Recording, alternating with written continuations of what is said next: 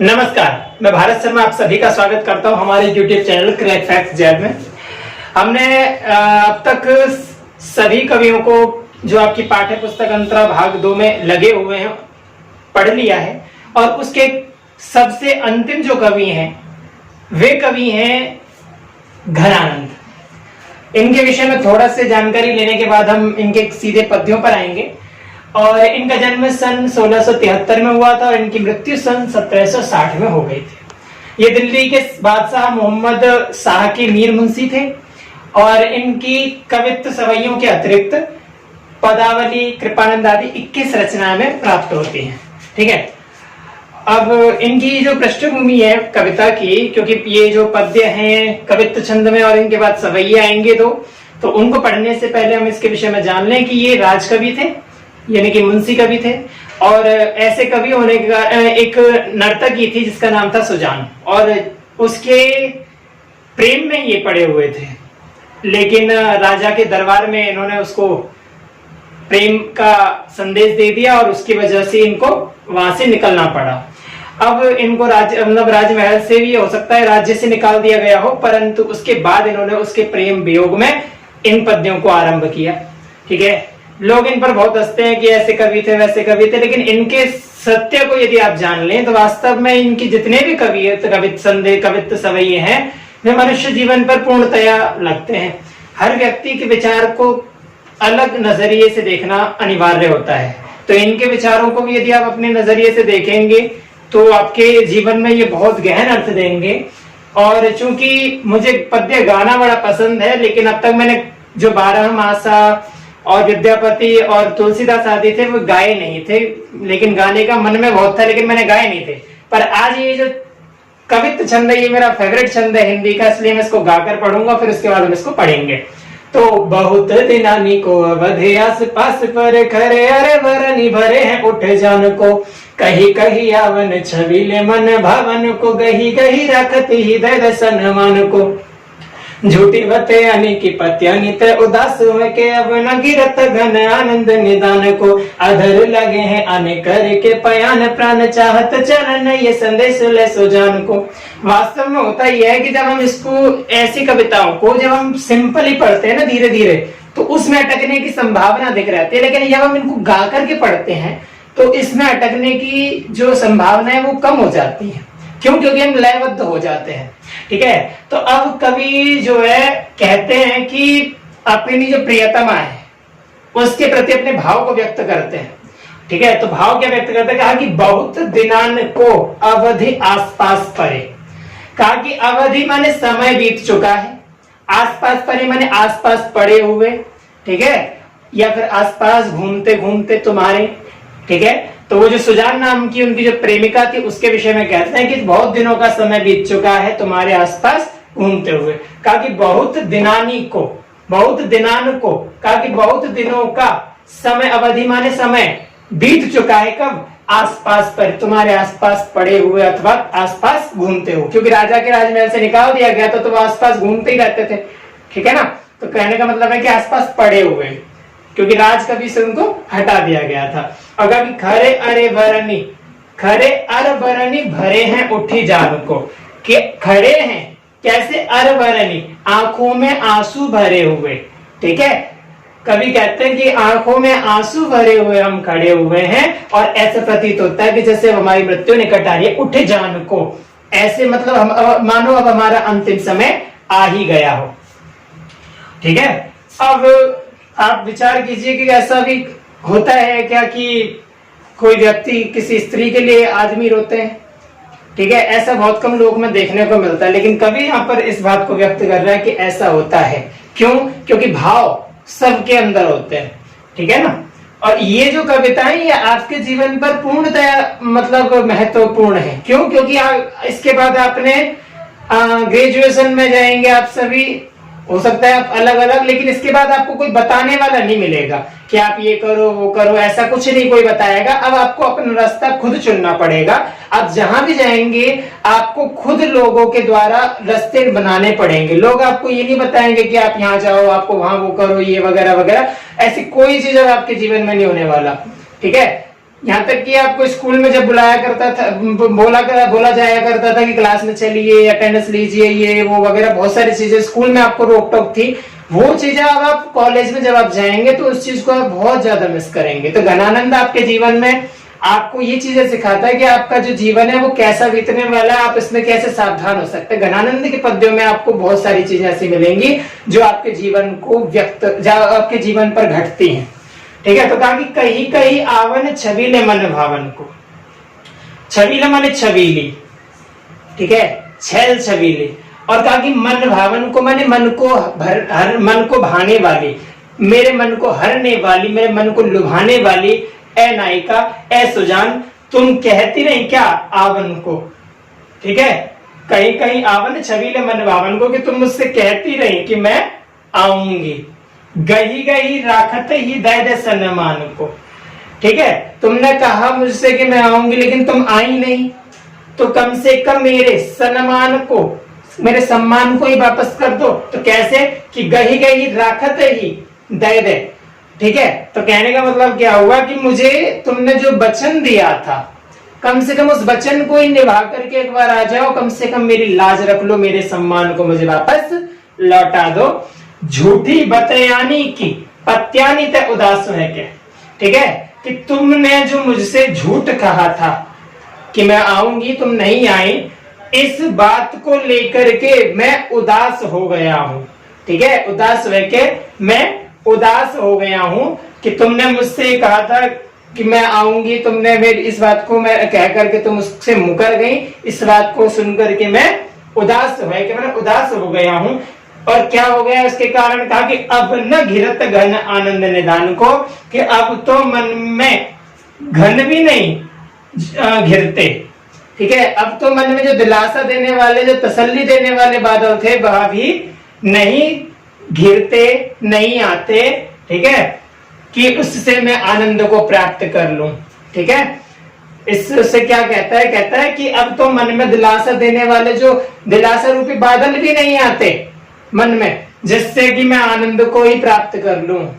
केवल सोच मात्र है, तुम वास्तव में तो तुम मेरे पास आ ही नहीं सकती, क्योंकि तुम राजा के द्वारा प्रेम की पात्र बन चुकी हो और राजा से भी तुम अधिक प्रेम करती हो, लेकिन मैं जो तुमसे प्रेम करता हूं वो मेरा एक तरफा है। ठीक है, तो कहने का मतलब क्या हुआ कि तुम्हें सोच क्योंकि एक तरफा प्रेम होता है, तो वास्तव में क्या होता है वहां पर कि कोई भी व्यक्ति एक तरफा प्रेम जब करता है ना, तो उसे मतलब नहीं कि दूसरा व्यक्ति क्या कर रहा है, दूसरा आपसे प्रेम करता हो ना करता हो उससे कोई फर्क नहीं पड़ता, लेकिन जो व्यक्ति करता है उस व्यक्ति का जीवन केवल वही होता है। ठीक है, आजकल तो एक तरफा प्रेम में तब उसके मुंह पे ये फेंक दिया, तेजाब फेंक दिया, ये सब कुछ नहीं है, ये भ्रष्टाचार है। ये भ्रष्ट लोग होते हैं जो केवल मन के गुलाम हो चुके हैं, लेकिन वास्तव में जो प्रेम करता है ना, वो केवल और केवल उसकी इज्जत करता है। ठीक है, रिस्पेक्ट करता है। इस चीज को आप ध्यान देना बच्चे। तो कहता है और उसको याद करता रहता है निरंतर, जैसे भगवान का भजन करता है, भगवान के भजन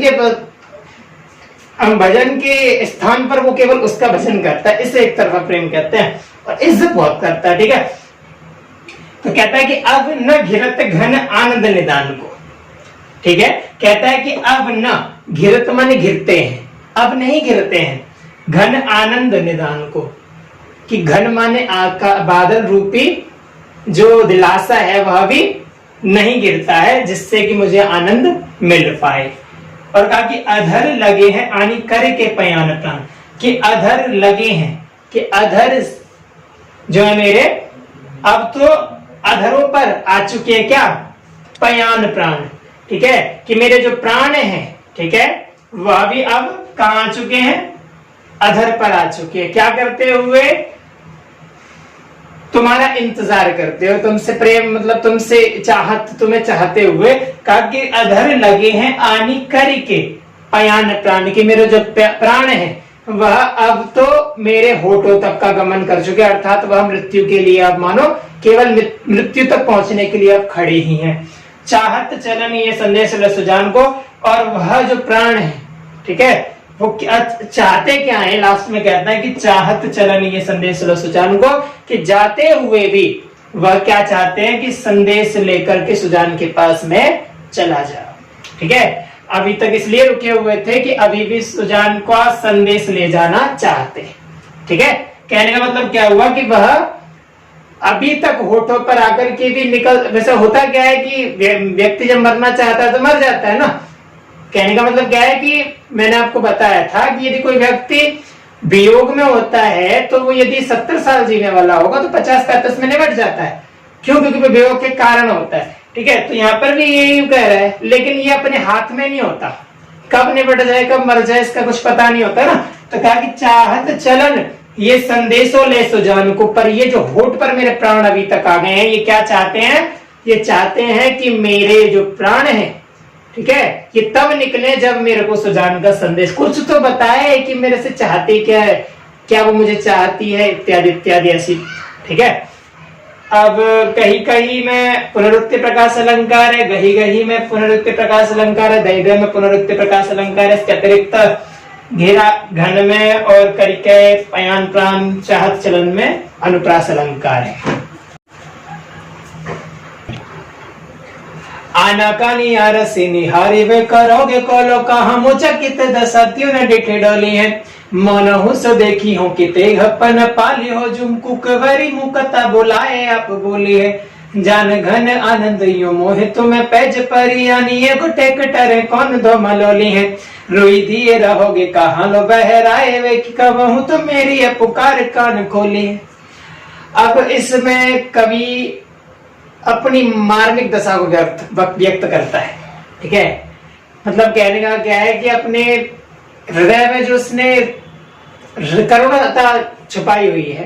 बेसिकली होता है क्या है कि अब आपको कोई व्यक्ति, ठीक है, कोई जब व्यक्ति आपको पता है कि आपसे बात करने वाला नहीं है, ठीक है, और वो मतलब उसने अपना रास्ता बिल्कुल बदल लिया है, लेकिन आपके मन में ये चलता रहता है कि शायद हमारी कुछ हरकतों से उस पर कोई प्रभाव पड़ रहा है। ठीक है, इस चीज को लेकर के अपने आप मन को दिलासा देते हैं, परेशान होते रहते हैं। ठीक है ना, तो उसी चीज को कवि ने इस पैराग्राफ में व्यक्त किया, इस कवित्व में व्यक्त किया। तो कहा कि आनाकानी आरसी निहारी वे करोगे कौलो। ठीक है, आरसी माने जो अंगूठे में पहनने वाली मणि होती है वह। तो कहा कि कब तक आनाकानी करोगे मुझे निहारवो, यानी देखने में, अर्थात मुझे कब तक तुम उस अंगूठी को देखते देखते देखने का बहाना करते हुए कब तक मुझे नहीं देखोगे, अर्थात मुझे देखने में आनाकानी करोगी। कहा मो चकित दशा क्यों न डिठी डोली है, और कब तक मेरी चकित दशा को देखकर तुम्हारी जो दृष्टि है मुझ पर नहीं पड़ेगी। ठीक है, कहने का मतलब क्या हुआ कि कब तक मोह चकित दशा क्यों न डिठी डोली है, कि कब तक, डीठी यहाँ पर भी आया था जब आपने देवसेना का गीत पढ़ा था। तो कहा कि कब तक मेरी चकित दशा को देख करके तुम्हारी जो दृष्टि है वो मुझ पर नहीं पड़ेगी, अर्थात मेरी चकित दशा को देख करके, मेरी इस दुर्दशा को देख करके, तुम्हारे वियोग में जो मेरी दुर्दशा हुई है इसको देखकर कब तक तुम मुझ पर दृष्टिपात नहीं करोगी, कब तक तुम मुझ पर दृष्टि नहीं डालोगी।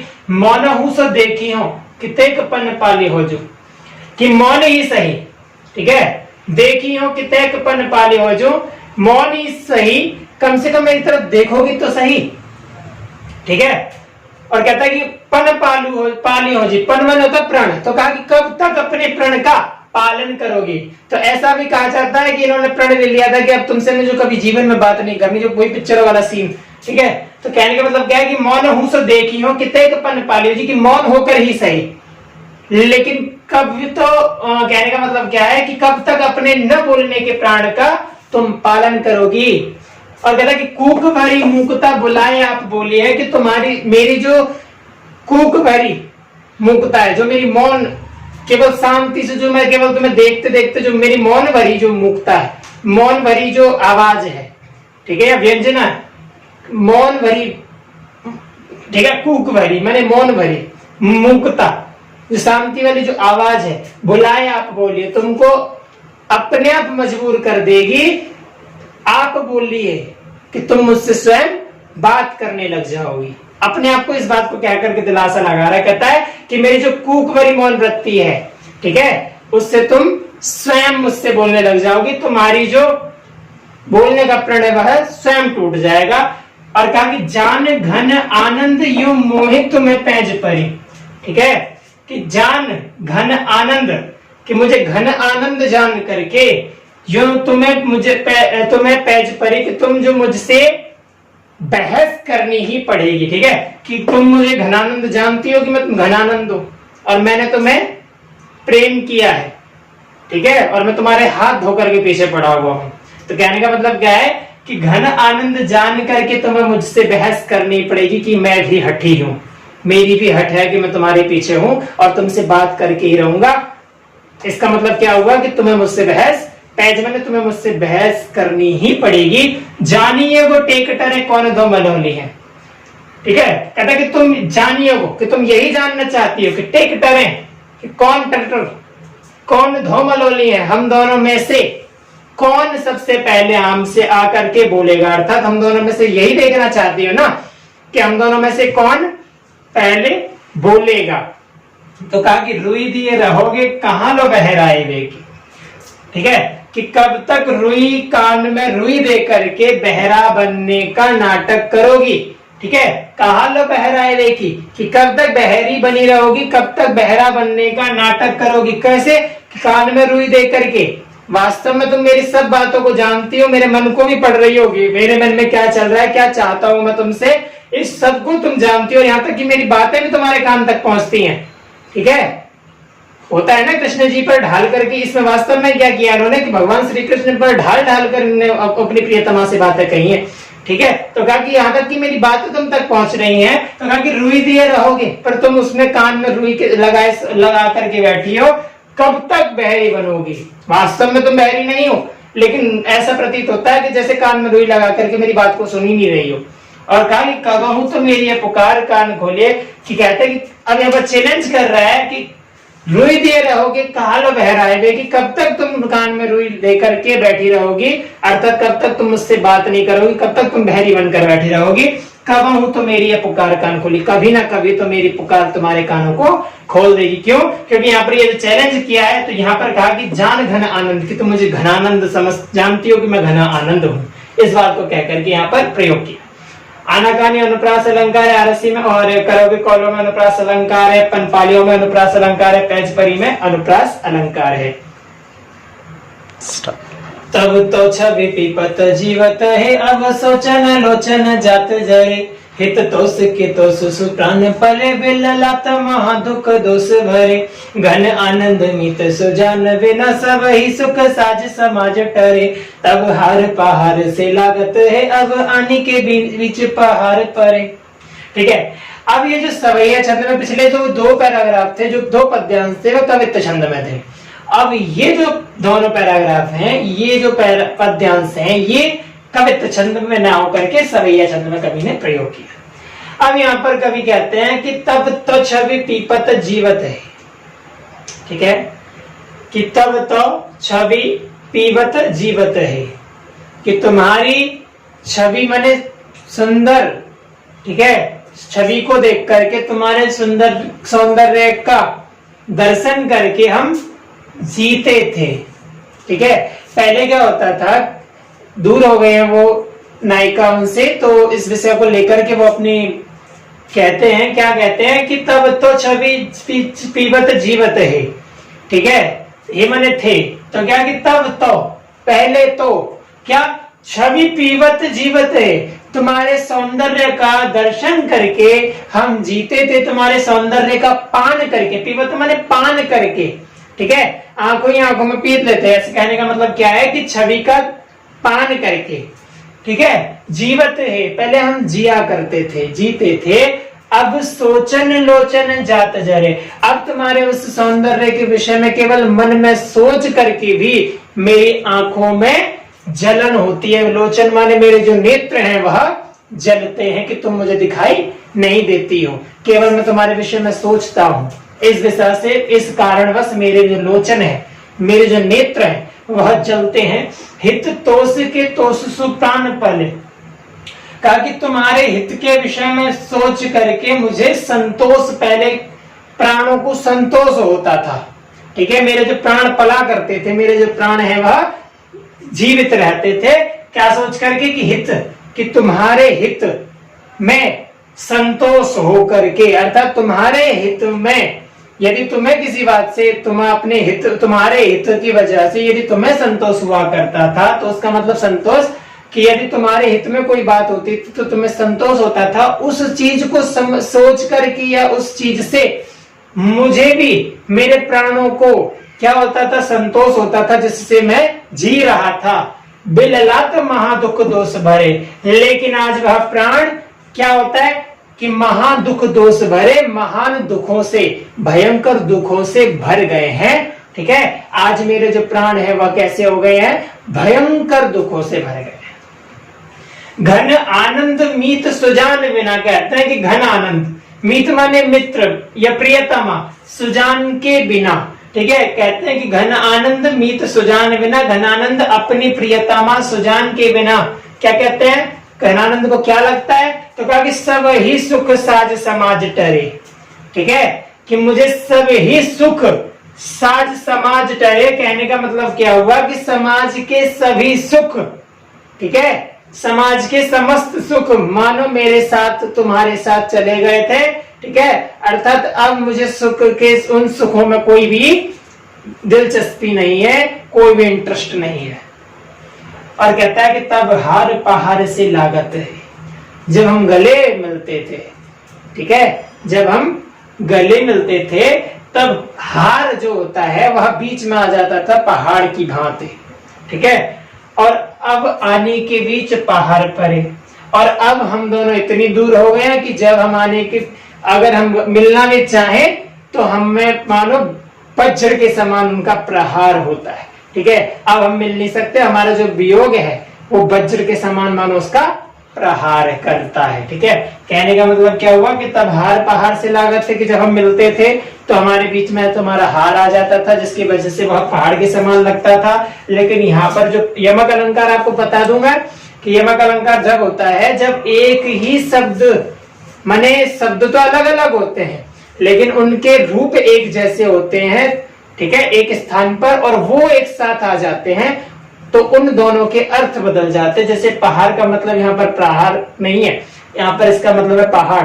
तो कहा कि जब हम गले मिलते थे तो हमारे बीच में तुम्हारा हार आ जाता था, वो मानो पहाड़ के समान आ जाता था। और बाद में अब आने के बीच पहाड़ पर अब हम मिलने लगते हैं तो हमारे बीच में हम मिलने का विचार भी नहीं कर सकते, क्योंकि अब हम वियोग में हैं, हम दोनों का वियोग हो गया है। तो इस कारणवश जो वियोग है वो मानो हमें पहाड़ के समान लगता है, वो प्रहार, ठीक है, वज्र के समान प्रहार करता है। तो कहा कि यमक अलंकार का प्रयोग कवि ने यहाँ पर किया है।